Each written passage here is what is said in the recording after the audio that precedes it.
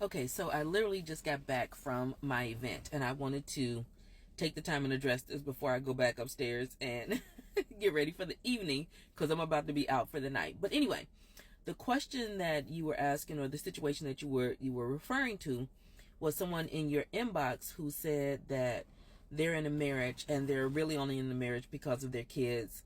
There's no love in the relationship. And I saw some of the comments. I saw someone say something like, marriage isn't to make you happy. And people have varying opinions on this, right? So I just want to preface what I'm saying with different strokes for different folks, right? So whatever works for somebody works for them. Now, you did say that you weren't a therapist or any of those things. I'm actually a licensed therapist and a coach, but I'm not coming from that perspective. The only thing I'll say from that perspective is not knowing enough about that particular situation. I can't speak on that situation, right? I don't have anything to add to that, but I can speak in general context. So, and my personal situation. I was divorced. I've been divorced about 1.5 years now. My ex-husband and I were legally married almost 27 years. I left 2 days before our 25th anniversary. We have 4 adult children.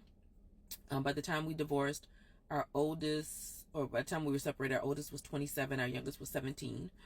And as I look back on reasons why I stayed in my relationship and the reasons why he stayed, mostly had to do with the children. Because we had 4 of them and it was just easier, right?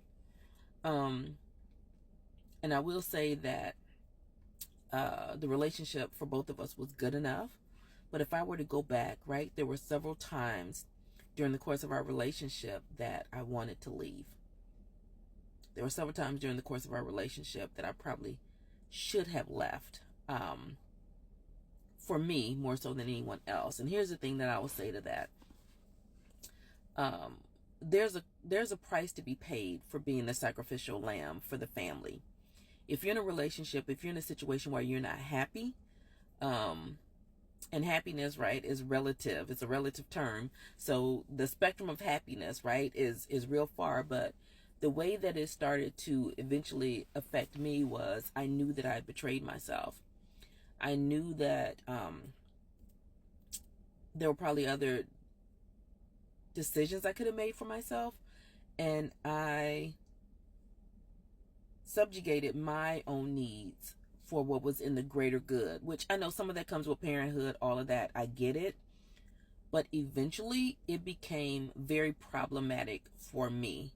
And if it becomes problematic for me as the mother, as the wife, it becomes problematic for everybody. So I say that to say this.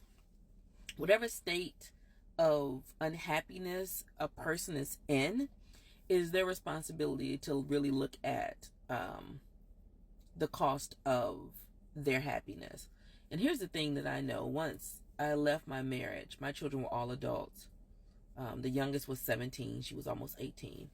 I had conversations with each and every one of them apologizing because in my making the sacrifice for the greater good, right? I'm not really happy, and he was not really happy either. We're not really happy, but we have these kids and we have this family structure and we can make a go of it. And it was difficult for both of us being so out of alignment with our basic needs, because happiness comes from a lot of different places, right? So I'll say that. But I had conversations with them and I apologized to them as their mother for not showing them what it looked like to be a well-loved woman.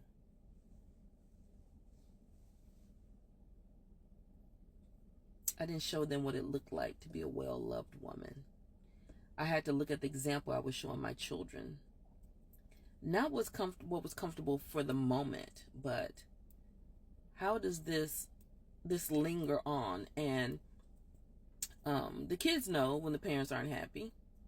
The kids know, and it shows up in different ways. So I'll say either get happy, make the tweaks you need to make in your relationship, make a commitment, or just be upfront about what it is. Like, yo, we're not really happy. We're staying together for convenience, but